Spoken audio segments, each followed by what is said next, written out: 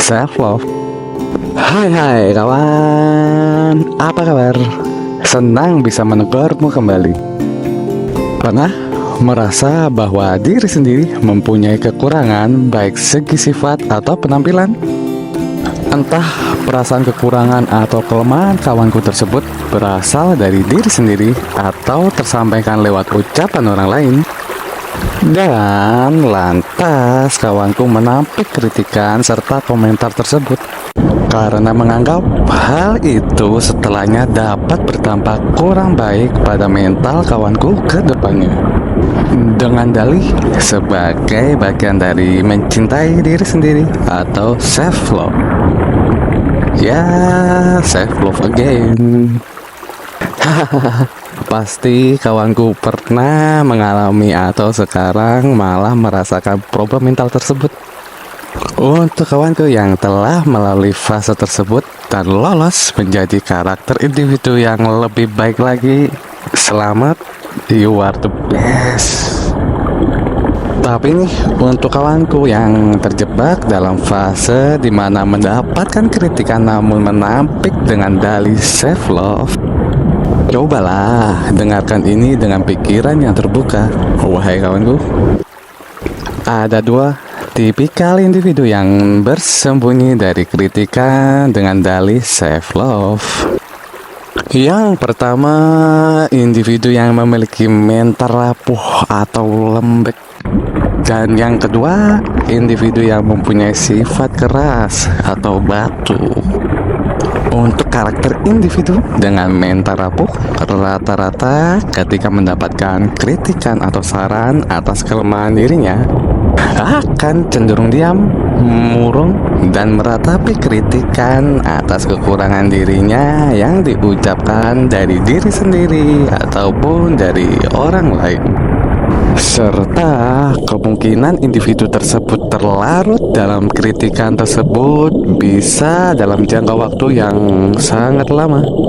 Biasanya terjadi konflik mental pada diri sendiri untuk mau berubah menutupi kelemahan tersebut atau malah menerimanya sebagai suatu hal yang lumrah, normal, dan sudah digariskan dari sananya dengan dalih self love. Nah, hal tersebutlah yang kurang benar dalam menyikapi kekurangan diri sendiri dan bersembunyi di balik kata self love tentunya. Self love yang benar hakikatnya ketika kawanku mampu menerima dengan pikiran jernih kritikan yang datang atas kelemahan yang dimiliki, serta mengupayakan hal terbaik untuk menutupi kelemahan diri sendiri. Setelahnya, ketika kawanku sudah melakukan hal yang terbaik untuk merubah diri sendiri, namun kritikan itu tetap datang dari diri sendiri ataupun dari faktor luar, nah disitulah waktunya kawanku melakukan treatment self love. Kalau hanya diam saja serta meratapi dan memikirkan kritikan tanpa adanya usaha untuk berubah, ya, jangan salahkan nasib bila hidup kawanku akan dihampiri kritikan yang sama terus-menerus. Yang kedua, karakter individu yang bermental kaku dalam menerima kritikan dan bersembunyi di balik kata self love.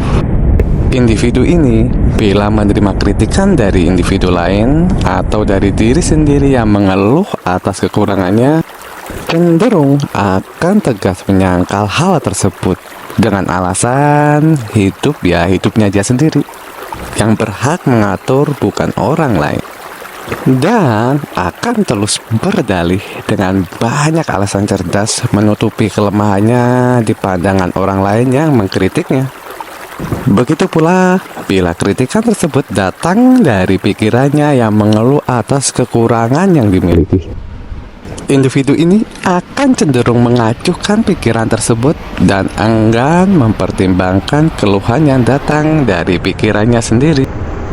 Ya, dengan dalih keadaan dirinya yang sekarang adalah kondisi yang benar, serta menganggap bahwasanya tak ada yang perlu dirubah dari dirinya, dan bersembunyi dalam stigma menghargai diri sendiri.